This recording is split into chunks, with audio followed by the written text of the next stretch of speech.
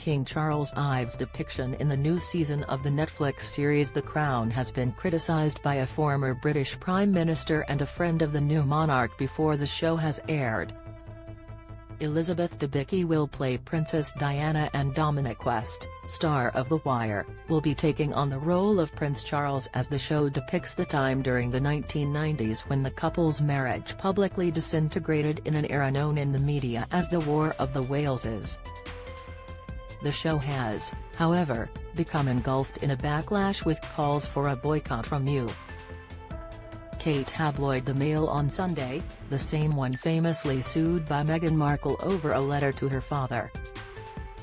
The October 16 edition carried the front-page headline, "Boycott Hurtful TV Crown Say King's Friends," while the article included a statement from a spokesperson for former British Prime Minister John Major, who is also depicted in the show. The backlash mirrors past efforts to discredit the series as fictitious, inaccurate and malicious, with similar stories running in the Mail newspapers alongside Season 4 after its release in November 2020.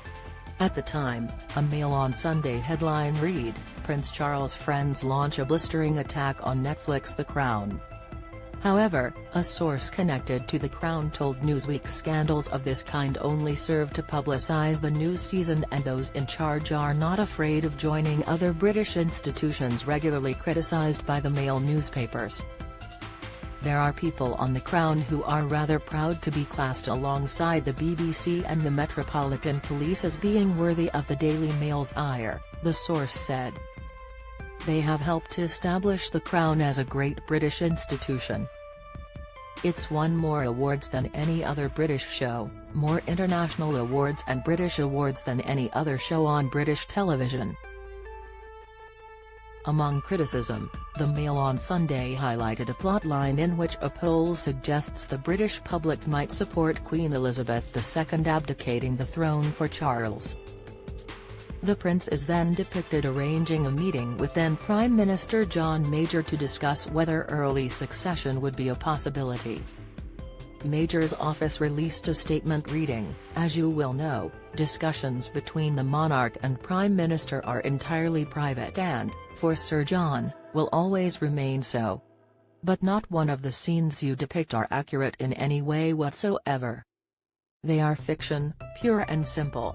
There was never any discussion between Sir John and the then Prince of Wales about any possible abdication of the late Queen Elizabeth II, nor was such an improbable and improper subject ever raised by the then Prince of Wales, or Sir John. Thus, if the scenes you describe are broadcast, they should be seen as nothing other than damaging and malicious fiction," the statement from Major's office continued. A barrel load of nonsense peddled for no other reason than to provide maximum, and entirely false, dramatic impact. Meanwhile, David Miller, a finance minister in Major's government in the 1990s, told Good Morning Britain, "Prince Charles has had a pretty rough ride through his life. I'm not saying some of that is not of his own making, but has been a controversial character, has done very well since has become king. I think it's a shame if he is tarnished by this. You could argue the truth is bad enough without the fiction." Newsweek's source said, "The ire in this case is actually coming from John Major, who is actually portrayed as a figure of fun. The person who is portrayed unsympathetically in Season 5 as John Major, he is portrayed as a very poor Prime Minister. The latest controversy is actually him complaining. However, there is a secondary question about whether the Mail's apparent defense of Charles will help or hinder his reputation." The newspaper, and others in the British press, wrote similar stories about Season 4 complete with intervention from the heart of the government. Then Culture Secretary Oliver Dowden told the Mail on Sunday in November 2020, "It's a beautifully produced work of fiction, so as with other TV productions, Netflix should be very clear at the beginning it is just that. Without this," he continued, "I fear a generation of viewers who did not live through these events may mistake fiction for fact." The high-profile debate in November 2020 did not, however, stopped Charles from experiencing a pole dip. From June 2020 to December 2020, the month after the show was broadcast, the percentage of British people believing Charles would make a good king dropped from 37% to 32%. And some in the TV industry and in the wider media have noted how the backlash has served to promote the new series. The source said some in the TV industry were of the view that it couldn't be better for Peter Morgan and the show. All this publicity attracts people to watch, and when they watch it they are rather impressed with the care and accuracy. Meanwhile, some depictions in The Crown may prove to be considerably more subtle than the way they are described in newspapers, including Prince Philip's friendship with Penny Natchbul, Countess Mountbatten of Burma. A headline in The Sun read, "Crown Philip slur, fury as Netflix to show Prince Philip pursuing an affair in the Crown weeks after the Queen's funeral." The newspaper quoted Dickie Arbiter, former press secretary to the Queen, saying, "This is cruel rubbish." However, Newsweek has been told it is the press, not the Crown, that is depicting an affair. A source told Newsweek, "When the world sees the episode about Penny Natchbul's genuine friendship with Prince Philip, it's not the Crown that brings any scandal into it at all.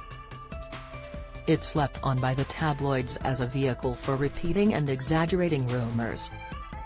It explicitly addresses the idea that the world will think ill of this friendship. The characterization will instead be of a friendship built on intellectual stimulation, while in real life the Queen was comfortable enough with the friendship to invite Natchbul to Prince Philip's funeral in April 2021, Newsweek was told." The source said, "That's exactly how the Crown portrays it, and it's the rags who exploit it for their sensationalist purposes." A spokesperson for the Crown told Newsweek, "The Crown has always been presented as a drama based on historical events. Series 5 is a fictional dramatization, imagining what could have happened behind closed doors during a significant decade for the royal family, one that has already been scrutinized and well documented by journalists, biographers and historians." Update October 17, 2022, 8:42 AM ET. This article was updated with comment from a spokesperson for the Crown.